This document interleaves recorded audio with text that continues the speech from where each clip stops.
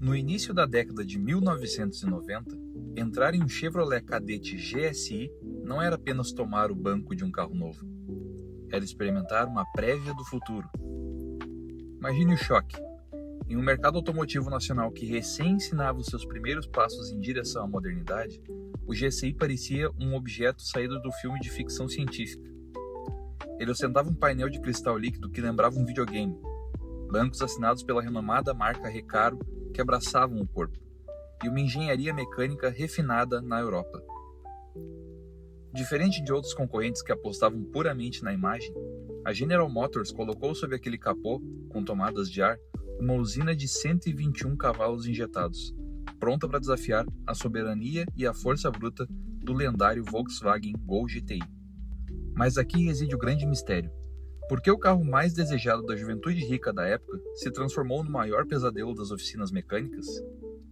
O futuro havia chegado cedo demais para o Brasil. A mesma sofisticação que encantava as avenidas se transformou, muitas vezes, em um enigma indecifrável para oficinas mecânicas de esquina daquela transição da década. Prepare-se, porque os detalhes da engenharia desse clássico e a verdadeira jornada de sua exclusiva versão conversível, incluindo uma logística internacional cinematográfica com a Itália, vão mudar completamente a forma como você enxerga a era de ouro dos nossos esportivos. Fique com a gente até o final.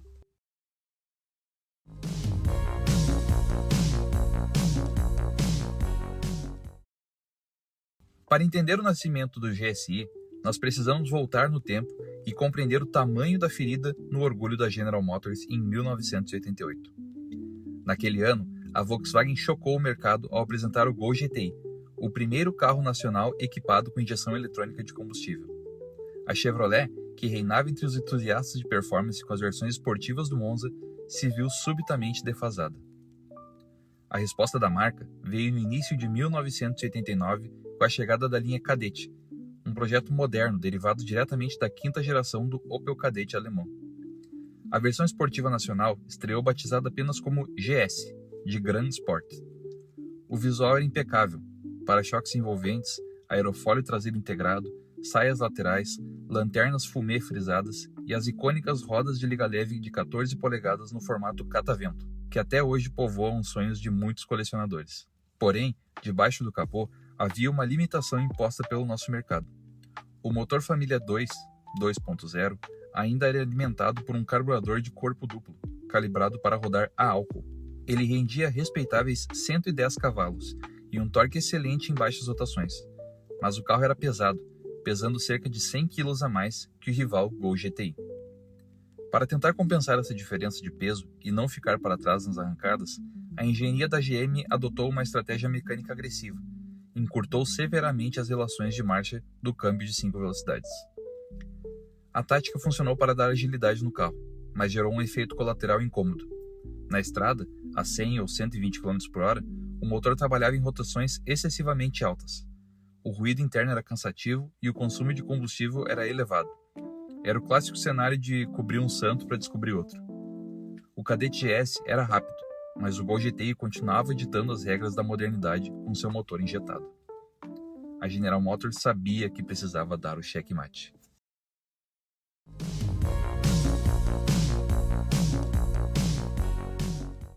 Esse passo definitivo aconteceu no segundo semestre de 1991, quando a Chevrolet finalmente aposentou o carburador da versão esportiva e apresentou ao Brasil o Kadett GSI. A letra I adicionada ao final da sigla mudava tudo, significava Grand Sport Injection. E a experiência de entrar nesse carro começava muito antes de girar a chave. Era um verdadeiro espetáculo sensorial, projetado para mexer com os sentidos do motorista. Os bancos Recaro traziam uma padronagem de tecido cinza claro, apoios laterais pronunciados que seguravam firmemente o corpo nas curvas e o detalhe mais marcante, os encostos de cabeça vazados, uma assinatura de estilo inigualável que exalava esportividade. Mas a grande estrela do espetáculo era, sem dúvida, o painel digital de cristal líquido. Em uma época em que os brasileiros estavam acostumados com os mesmos painéis analógicos de ponteiros herdados da década de 1970, o GSI exibia a velocidade em números digitais proeminentes.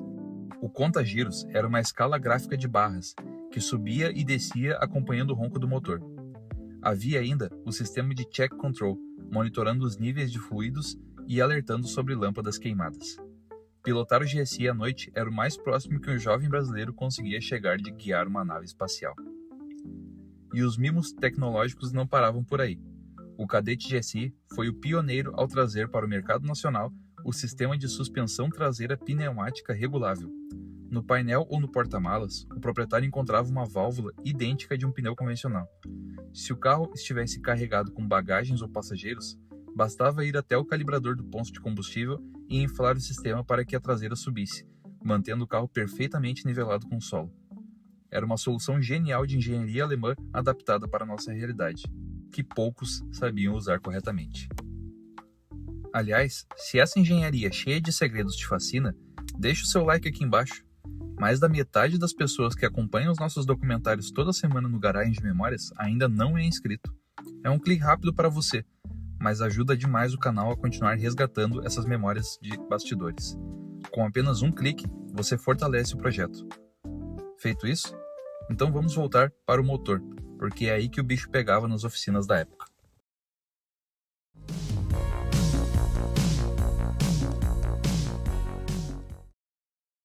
Para alimentar o motor Família 2 2.0, agora convertido exclusivamente para gasolina, a GM adotou o sistema de injeção eletrônica multiponto Bosch LE G-Tronic, auxiliado pelo sistema de ignição mapeada EZK, com sensor de detonação.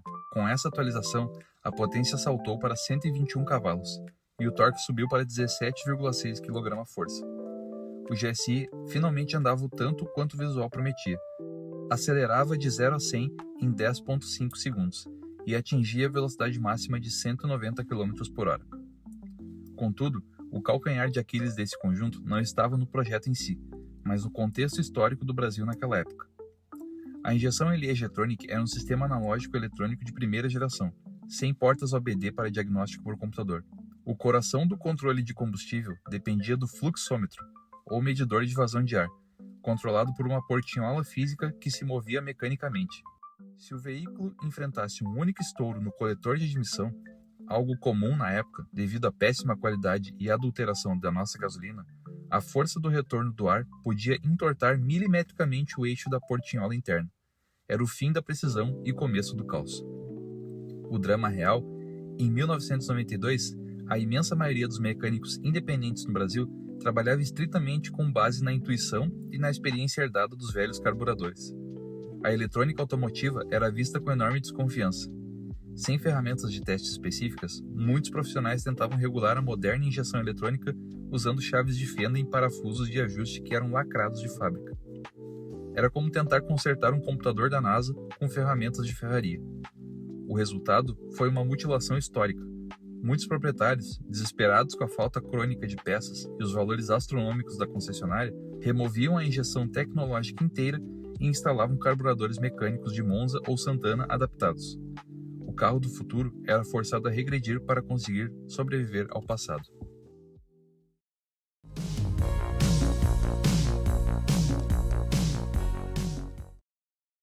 Mas a General Motors foi muito além do hatch de 3 portas e decidiu elevar o nível do jogo a um patamar que a Volkswagen jamais conseguiria alcançar com a plataforma Gol. Em 1992, chegava ao mercado o Cadete GSI conversível. Ele representava uma das operações logísticas mais fascinantes e caras da história da indústria automobilística nacional. Diferente do Escort XR3 conversível, que já detalhamos minuciosamente aqui no canal e deu o que falar nos comentários, a Chevrolet decidiu buscar a excelência do Cadete, fazendo uma viagem internacional digna de cinema. O processo de fabricação começava em São Caetano do Sul, onde a GM produzia o lote estrutural básico, assoalho, caixas de roda e as estampas inferiores, nascendo na prensa sem as chapas do teto rígido do hatch. Essas estruturas brutas eram acomodadas em containers e viajavam de navio atravessando o Oceano Atlântico até o porto de Gênova, na Itália. De lá, o material seguia por terra até os galpões do lendário estúdio de design Bertone, em Turim, a mesma casa responsável por desenhar e montar supercarros icônicos do mundo. Na Itália, em um processo artesanal e minucioso, os técnicos instalavam reforços pesados de aço no assoalho para a carroceria não dobrar, montavam um marco estrutural de proteção contra capotagens e alinhavam perfeitamente a complexa capota de lona que vinha importado da Alemanha. Depois de finalizada, a carroceria recebia a grife da Bertone nos paralamas. O veículo fazia todo o caminho de volta de navio para o Brasil, onde finalmente recebia o motor, as suspensões e o acabamento final. Toda essa dança internacional fazia com que o processo de fabricação de um único exemplar desse pudesse levar até 6 meses. O preço final nas concessionárias era proibitivo. Custava equivalente a 2 modelos hatchback completos, aproximando-se de um valor de um imóvel de luxo na época. Enquanto o GTI era o rei das ruas de asfalto, o GSI conversível era o rei absoluto das marinas e da elite financeira do país.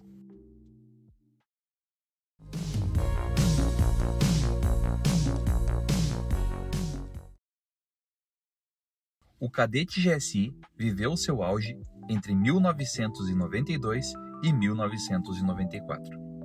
Ele provou que o mercado brasileiro tinha espaço para a sofisticação tecnológica e para o design europeu refinado. No entanto, o próprio vento da modernização que o trouxe acabou soprando em direção ao seu fim. Com a abertura definitiva das importações promovidas no início dos anos 90, o cenário mudou drasticamente da noite para o dia. De repente, o consumidor que estava disposto a pagar uma fortuna por um esportivo nacional começou a ver carros importados trazendo motores com cabeçote de 16 válvulas, freios ABS de última geração e airbags de série por preços altamente competitivos. A própria Chevrolet começou a trazer o Astra da Europa e o moderno Vectra GSI com motor de 16 válvulas importado da Alemanha. Diante da concorrência mais moderna, a lendária sigla GSI despediu-se da linha Cadete no final de 1994. A marca tentou manter o espírito esportivo vivo com o lançamento do Cadete Sport, mas o feitiço havia se quebrado. Faltavam os bancos Recaro originais, faltava o painel digital que hipnotizava o motorista e, acima de tudo, faltava aquela aura de pioneirismo tecnológico. Hoje, compreendemos que ele foi muito mais do que um hatch rápido. Foi um divisor de águas que desafiou o conservadorismo do nosso mercado e forçou toda uma cadeia de mecânicos entusiastas a darem o salto, aprendendo a eletrônica automotiva praticamente na marra. O brilho daquele painel digital verde ainda é capaz de nos transportar diretamente de volta para a atmosfera vibrante dos anos 90. Mas agora chegou o momento de colocar a comunidade do Garagem de Memórias para ferver aqui embaixo nos comentários. E eu quero saber a verdade de vocês. Se você estivesse com o dinheiro integral da compra guardado em uma mala no ano de 1992, o que você faria? Seria puramente racional, jogando seguro com o motor pé no chão do Gol GTI? Ou teria coragem de abraçar o futuro e arcar com o risco de manutenção do Cadete GSI por causa do painel digital e da suspensão pneumática? Colocando o coração de lado, a tecnologia do Cadete te encantava na época ou fazia você parte do grupo que tinha medo de tal injeção eletrônica? Deixe a sua escolha real e os seus argumentos aqui embaixo nos comentários. Não se esqueça de conferir o vídeo do Escort XR3, que está aparecendo na tela para entender o porquê essa disputa de mercado era tão acirrada e cheia de bastidores. E esmaga o botão de se inscrever. A gente se encontra no próximo clássico da nossa história. Até lá. Forte abraços.